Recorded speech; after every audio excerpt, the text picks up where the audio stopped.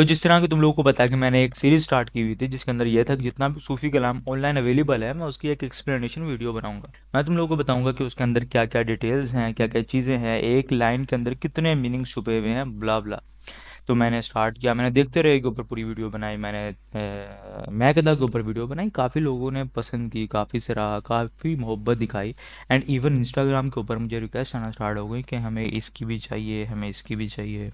मोहम्मद शमी का एक और नया कलाम आया था जिसका नाम था आह को चाहिए एक उम्र। उसको ऊपर भी मुझे काफ़ी रिक्वेस्ट है। एंड लिटरली मैंने सुना है ना, पहली बार तो सुनने में बिल्कुल मज़ा नहीं आता, बट आप जिस तरह सुनते रहते हो ना उस चीज़ को, जिस तरह बार बार सुनते रहोगे रिपीट पे, तो आपको इतना कोई सूथिंग हो जाएगा, इतना कोई आपको लुत्फ आने लग जाएगा उसके अंदर, आपको मीनिंग समझ आने लग जाते हैं। इस तरह की चीज़ें होती हैं इसके कलाम की, लिटरली ये एडिक्शन वाले कलाम है, राइट। तो हमने जो पहले कवर किया था उसके अंदर देखते रहे था, मैं कहता था आज की इस वीडियो के अंदर हम कवर करेंगे तेरे इश्क की इंतहा। तो ये कलाम जो है काफ़ी लंबा कलाम है, तेरे इश्क की इंतहा इश्क हकीकी के ऊपर बेस्ड है।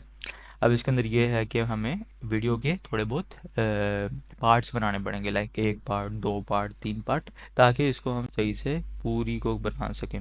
अभी जो मैं देखना चाह रहा हूँ ना, मैं तकरीबन इसकी एक यानी कि 10-10 मिनट तक रखूँगा। आई डोंट वांट कि मेरी वीडियो बहुत ज़्यादा लेंथी हो, लाइक 30-30 मिनट की कौन देखता है यार। इवन कि अगर तुम डेवलपर हो या फिर तुमने हेडफोन्स लगा के बैठे हुए हो, अगर तुम इस तरह के स्कूल गोइंग या फिर कॉलेज गोइंग या फिर जॉब वाले बंदे हो, तो तुम्हें टाइम चाहिए होता है ना एक्चुअली इन चीज़ों को निकालने के लिए। तो इसको स्टार्ट करेंगे हम आज तेरे इश्क की इंतहा को, क्योंकि ये वो वाला कलाम है जो मुझे बहुत ज़्यादा ही पसंद है। मुझे जब रिक्वेस्ट आना स्टार्ट हुई मैगदा 2 की, मुझे मैगदा 3 की रिक्वेस्ट आना स्टार्ट हुई, मुझे एक दिल की रिक्वेस्ट आना स्टार्ट हुई, मुझे हकनामा की रिक्वेस्ट आना स्टार्ट हुई, तो उसके अंदर जब मैंने देखा चीज़ें मैंने ऊपर नीचे की, तो ये वाला कलाम भी था तेरे इश्क की इंतहा।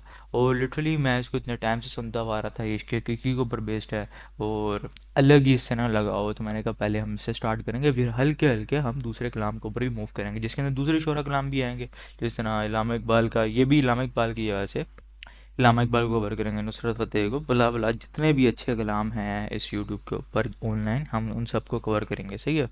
तो टेंशन नहीं लेनी, वीडियो अब रेगुलर आएंगी। वीडियो के ऊपर ये था कि यार इतना टाइम मैं गायब रहा हूँ, बीच में इतना कुछ हो गया, जंगी होना स्टार्ट हो गई, everywhere is war, like Iran लड़ पड़ा है, Pakistan India, Iran Israel, Israel तो गाज़ा के साथ, क्या क्या बोलूँ मैं।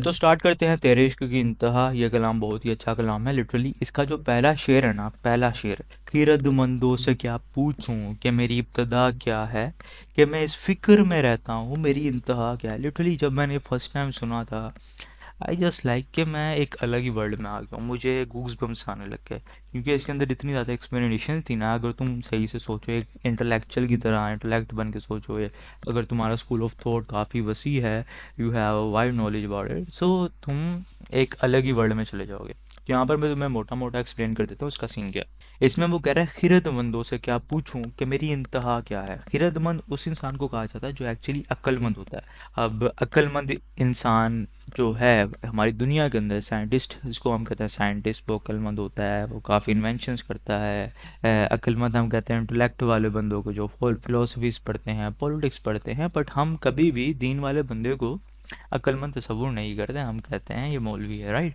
कोई भी ऐसा बंदा नहीं होगा दीन वाले बंदे को जिसके बाद दीनी नॉलेज होगी उसको अक्लमंद कहता होगा, राइट। तो एक ये चीज़ भी है। अब वो यहाँ पर कह रहा है कि खिरतमंदों से क्या पूछूं कि मेरी इब्तदा क्या है, मैं तो इस फिक्र में रहता हूँ मेरी इंतहा क्या है। खिरदमंद साइंटिस्ट, फिलोसफीज, लॉजिक्स के ऊपर बिलीव रखने वाले, थ्योरीज के ऊपर बिलीव रखने वाले, इन सबको उसने पिरो दिया एक लफ्ज़ के अंदर, खिरदमंद, सही है।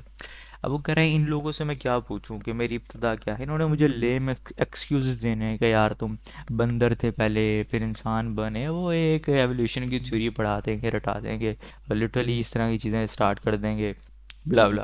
वो कहता है मैं तो एग्जिस्ट कर रहा हूँ ना इधर, मैं तो दुनिया के अंदर अब एग्जिस्ट करता हूँ। अब मेरे पास दो पैथ हैं, एक साफ़ सुथरा पैथ है, एक अच्छा पैथ है, एक बुरा पैथ है। अब मुझे इनमें से डिसाइड करना है कि मैं मेरी इंतहा क्या होगी। सिंपल सिंपल वर्ड्स के अंदर उसने इतनी प्यारी ये एक्सप्लेनेशन दी है ना, कि मेरे सामने अब मैं एग्जिस्ट कर रहा हूँ ना भाई, इधर एक अल्लाह ने मुझे बना दिया, सही है। मैं जैसे भी आया दुनिया में, मुझे इससे वो ही नहीं है भाई, सरोकार है ही नहीं। मुझे सरोकार इससे है कि मेरी इंतहा क्या होगी, मैं जन्नत में जाऊंगा या जहन्नुम में जाऊंगा, मुझे इससे मतलब है। मुझे नहीं मतलब कि मुझे किसने, मैं कैसे पैदा हुआ, मैं कैसे वजूद में आया, ब्ला ब्ला, क्योंकि उसके ऊपर हम जितना मर्जी रिसर्च कर लें, जितना मर्जी चाह लें, हमारे पास जितना अल्लाह ने हमें रिवील किया है ना, हमारे पास उतना ही नॉलेज है, बाकी हम जितनी मर्जी रिसर्च करते रहें, जो मर्जी करते रहें, हमें नहीं इन चीज़ों का पता चलेगा, राइट। बाकी लोग तो एवोल्यूशंस के ऊपर बिलीव रखते हैं। अब वो कह रहा है कि अखिरतमंदों से क्या पूछूं मैं, छोड़ो इनको, मुझे अपनी फ़िक्र है कि मैं किस पैद के ऊपर चलूँ और मैं किधर जाऊँ। तो ये इश्क हकीकी के ऊपर बेस्ड है, मैंने तुम्हें बताया था कि अब वो उसके बाद जो नेक्स्ट लिरिक्स है वो है, तेरे इश्क की इंतहा चाहता हूँ। ये इशारा उसका अल्लाह की तरफ है, तेरे इश्क की इंतहा चाहता हूँ, या अल्लाह तेरा इश्क चाहिए दिल में। अब मैं तुम्हें यहाँ पर बहुत लंबी एक्सप्लेनेशन देने लगा हूँ। इंसान जब पैदा होता है ना, छोटा सा बच्चा है, तो बड़ा हो रहा है, हल्के हल्के दुनिया देख रहा है, तो उसको ना हल्का हल्का डर दिल में उसका डलवा दिया जाता है कि ये ना करो, ये ना, इसको ना मारो, ऐसा ना करो, इसको ना छेड़ो, अल्लाह गुनाह देगा, गुनाह मिलता है। गुनाह क्या होता है, बच्चा पूछता है, जहन्नुम दोज़ख का कॉन्सेप्ट समझा देते हैं उसको। छोटा सा बच्चा है, दिमाग के अंदर क्या क्या सोचता रहेगा। अब ये उसी डर की आउटपुट है जो हमें बचपन में हमने बच्चों को दे दिया है। उसी डर की आउटपुट होती है कि आज मस्जिदों में हम नमाज़ें पढ़ रहे हैं, पर हमें नहीं पता हम नमाज के अंदर क्या, हम मस्जिदों में बैठ के कुरान पाक पढ़ रहे हैं, पर हमें नहीं पता कि हम कुरान पाक के अंदर तर्जुमा क्या, अल्लाह ने हमारे साथ कलाम क्या किया हुआ है। तुम पढ़ ही नहीं सकते क्योंकि तुम्हें डरे हुए हो, तुम एक डर के अंदर जी रहे हो कि मैं मरूंगा तो मैं जहन्नुम में ना चला जाऊँ, मैं जन्नत में। अच्छी चीज़ है, बहुत अच्छी चीज़ है, बट अपने रब से इश्क भी तो करो, क्योंकि जिसने तुम्हें पैदा किया, जिसने तुम्हें बनाया, जिसके जो तुम्हें एक एक लम्हे के लिए भी ऑक्सीजन अगर वो रोक लेना, एक लम्हे के लिए भी तुम मर जाओगे यार, लिटरली। हर चीज़ उसकी रहमत के साथ है, सही है, तो उसके साथ मोहब्बत क्यों नहीं करते, डरते क्यों हो उससे इतना। डरो, डर मोहब्बत के बाद है, सही है, पहले मोहब्बत करो फिर डरो कि वो खफा ना हो जाए। मैं ये गुनाह करूँगा, मेरा रब मुझसे खफा हो जाएगा, इस तरह का अगर तुम्हारे अंदर दिल के अंदर डर है, तो I proud of you and I appreciate, right.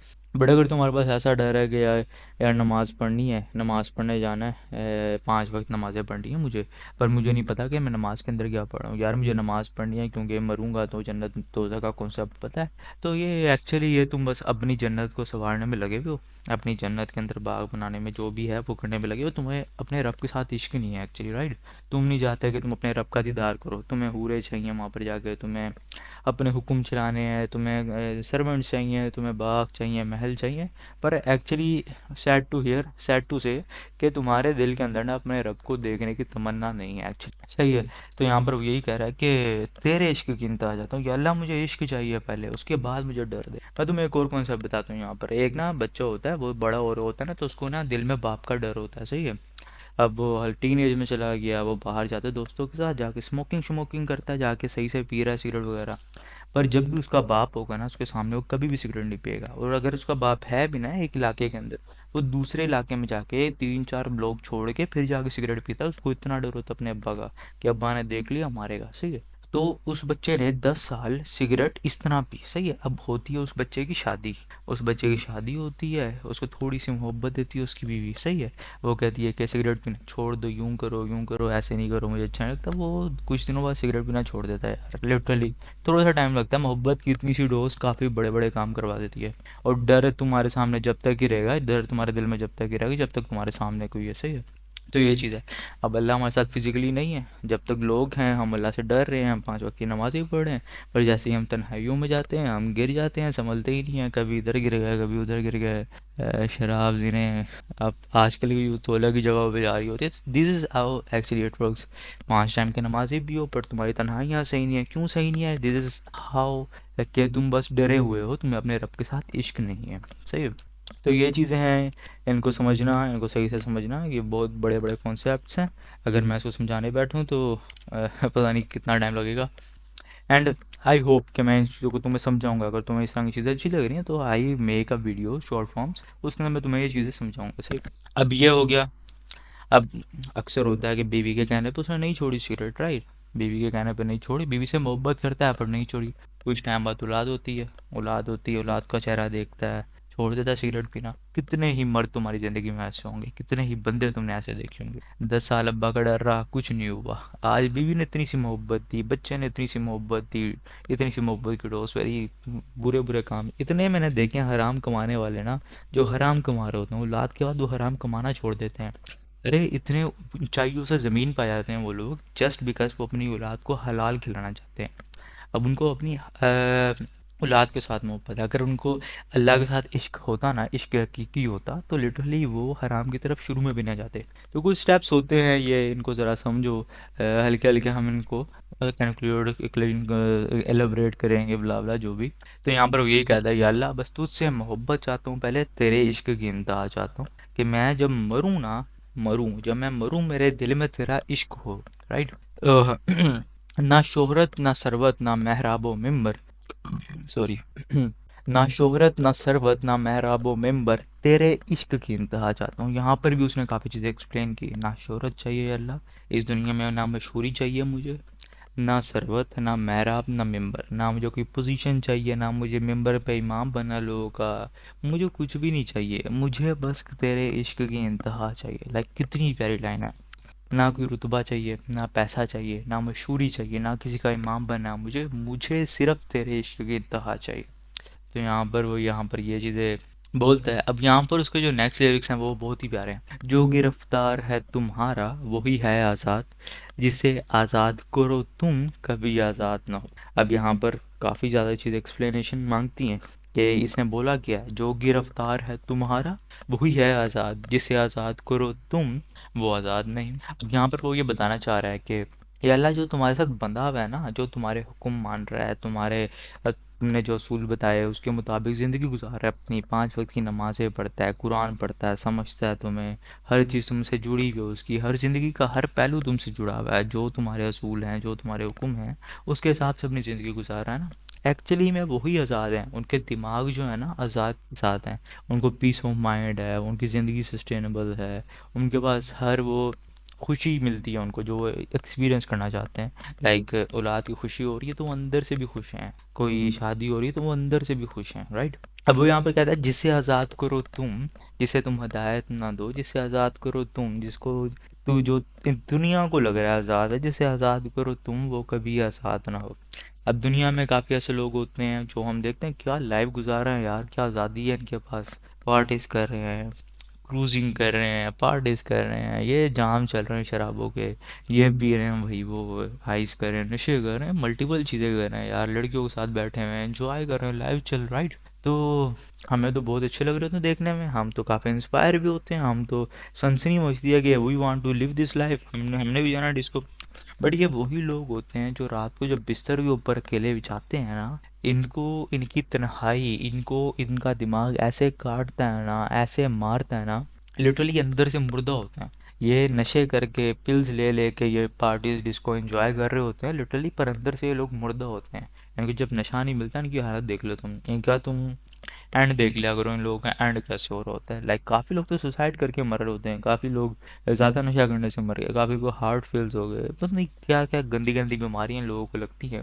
तो यहाँ पर मैं तुम्हें ये बता रहा हूँ कि जिससे अल्लाह अपनी हदायत से आज़ाद करता ना, कि मैं तुझे हिदायत नहीं दे रहा तू जा, जिसके दिल पे मोहर लग जाए ना, जब वो बंदा फिर जाता है इन साइड के ऊपर पलटने का है, कुछ भी हो सकता है। अगर उसके दिल के अंदर थोड़ी सी भी वो है और अल्लाह ने उसको हिदायत देनी है, तो वो बंदा पार्टीज डिस्को से भी इस्लाम की दीन की राह पे आ सकता है। राइट। बट अगर वो बंदे के ऊपर अल्लाह ने मोहर लगा दी तो उसकी ज़िंदगी यही होती है भाई, लड़कियों के साथ घूम रहा है, जिना कर रहा है, हर चीज़ कर रहा है, कोई एड्स से मर रहा है, कोई भाई नशे ज़्यादा कर लिए, शराब लीवर फेल हो गया, कोई डिप्रेशन से मर गया, कोई एनजाइटी से मर गया, किसी ने सुसाइड कर लिया, पता नहीं कितनी चीज़ें होती हैं इनके साथ। तो ये हैं कुछ चीज़ें जो तुम्हें समझनी चाहिए, कि ये नज़रिया है एक तरह का, कि जिसे अल्लाह आज़ाद कर देता है ना, एक्चुअली में वो आज़ाद नहीं होता, वो दुनिया भी उसकी अजीब सी गुजरती है, उसकी आखिरत भी अजीब सी गुजरती है। और जिसे अल्लाह आज़ाद नहीं करता, जिसके दिल में हिदायत होती है, जिसको अल्लाह का नूर मिलता रहता है, जो अल्लाह के असूलों के मुताबिक ज़िंदगी गुजार रहा होता है ना, तो वो एक्चुअली खुश होता है, खुश मिजाज होता है, अच्छाइयाँ उसको हर चीज़ अच्छी लग रही होती है, like feeling good factor, you know what I mean. सही है, वो खुशी को फील करते हैं। राइट। तो ये कुछ चीज़ें हैं, तो इसको समझो ज़रा। अल्लाह उनके साथ राज़ी होता है, तो इस तरह की चीज़ें हैं, वो दुनिया में भी आज़ाद हैं, वो आखिरत में भी आज़ाद हैं, इस तरह की चीज़। अब यहाँ पर जो उसने नेक्स्ट शेर है वो ये है, अक्ल ने जब भी दिया मुझे फ़रेब मंतक, इश्क आया है मुझे राह दिखाने के लिए। तो इंसान है ना यार, गलतियों का पुतला है, कभी इधर गिरता है कभी उधर गिरता है, क्योंकि अल्लाह ने उसको बनाया ही ऐसा है। बेशक उसके दिल में नूर भी है, मोहब्बत भी है, इसकी इंतहा भी है, बट वो गिरता तो कहीं ना कहीं है, क्योंकि इंसान तो गलतियां करता है। अल्लाह ने उसकी नेचर में गलतियां रखी हैं, पर इंसान वो है जो गलती के बाद माफ़ी एक्चुअली मांग लेता है। वो अड़ नहीं जाता कि मैंने ये काम सही किया, ये खसलत शैतान की है खाली, राइट। तो तुमने देखा होगा तुम्हारी ज़िंदगी के अंदर ऐसे मुश्किलात आई होंगी कभी ना कभी, बट जब तुम नमाज़ पढ़ते हो, तुम दुआएं मांगते हो, वो मुश्किलात तुम्हारी हल हो जाती हैं। तो ये चीज़ें हैं। अब यहाँ पर वो कह रहा है कि अक्ल ने जब भी दिया मुझे फ़रेब मंतक, इश्क आया है मुझे राह दिखाने के लिए। कि अक्ल ने मुझे गुमराह किया कि मेरे सामने एक लड़की थी, कि अक्ल कह रही थी इसे ज़िना कर लो, मिल जाओ, उसके साथ जाओ, ऐश करो, एंजॉय करो, लाइफ जियो, राइट। अक्ल ने कहा कि मेरे सामने इतना पैसा पड़ा हुआ था, मैं उठाता लेके चले जाता, मैं जाता, ज़िंदगी जीता अपनी, एंजॉय करता, लाइफ अच्छी सेट गुजरती, राइट। डिस्को खुला हुआ था, फ्री एंट्री मिल रही थी, एक दोस्त यार मिल गए थे पुराने, वो फ्री डिस्को में लेके जा रहे थे, टेबल बुक किया हुआ था, बहुत ही याशी थी उस रात में, मैंने नहीं गया।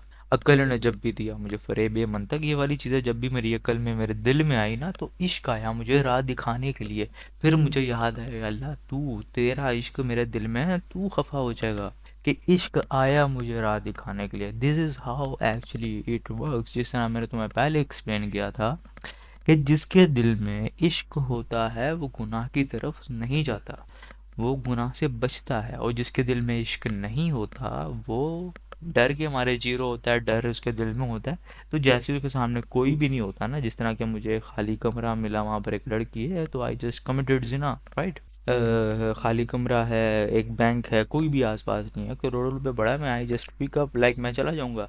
मुझे पुराने दोस्त मिले, मेरे आसपास जानने वाला कोई नहीं, ना मेरा कोई रिलेटिव, ना कोई कुछ नहीं, ये कुछ दोस्त हैं वही पुराने, डिस्को में इनवाइट कर रहे हैं, चलो चलते हैं इनके साथ। तो इश्क यहाँ पर रोकता है उस चीज़ से, राइट। अगर डर होगा तुम्हारे दिल में, यही होगा यार डर है यार, क्या करूँ यार, माफ़ी मांग लूंगा बाद में, लेट्स डू इट नाउ, तुम्हारे दिल में ये वाली चीज़ होगी। तो this is how actually it works, कि इश्क अपने दिल के अंदर लाजमी पैदा करो। तो तेरे इश्क की इंतहा से ये थी कुछ लाइंस जो मैंने तुम लोगों को एक्सप्लेन की। आई होप यू लाइक दिस। और आज की वीडियो काफ़ी लंबी हो जाएगी अगर मैं इसको पूरी को एक्सप्लेन करूँगा, क्योंकि अभी बहुत ज़्यादा बाकी है, तो इसको हम स्टेप बाय स्टेप करेंगे। नेक्स्ट हम आएंगे मेरी सादगी देख मैं क्या चाहता हूँ, ये जन्नत मुबारक रहे, शायद होगी, इसमें थोड़ा सा तंज होगा, थोड़ा सा मज़ा होगा। तंज किया जाएगा शेखों के ऊपर, तंज किया जाएगा उन लोगों के ऊपर जो दुनिया परस्त हैं, तंज किया जाएगा उनके ऊपर जो डर रहे होते हैं एक्चुअली ना, कि उनके दीन में आने का मकसद सिर्फ डर है, राइट। डर सुना दो एक चीज़ अलग है, कि अगर आपके दिल में डर है तो आप उन चीज़ों से गुरेज करोगे करने से, पर मोहब्बत भी तो होनी चाहिए यार। डर किस वजह से, लाइक मैं तुम्हें क्या बताऊँ यार, इसको हम कल डिस्कस करते हैं। And I hope you like this, and thumbs up if you like this, thumbs up करो, सब्सक्राइब करो, क्योंकि नेक्स्ट बहुत मज़े मज़े की वीडियोज़ आने वाली हैं, जिससे तुम्हारा एक इंटेलेक्चुअल लेवल इंक्रीज़ होगा, स्कूल ऑफ थॉट तुम्हारी एक वाइड में जाने वाली है, सही है। मल्टीपल चीज़ें हैं भाई। तो I hope everything is fine, और बाकी अल्लाह हाफिज़।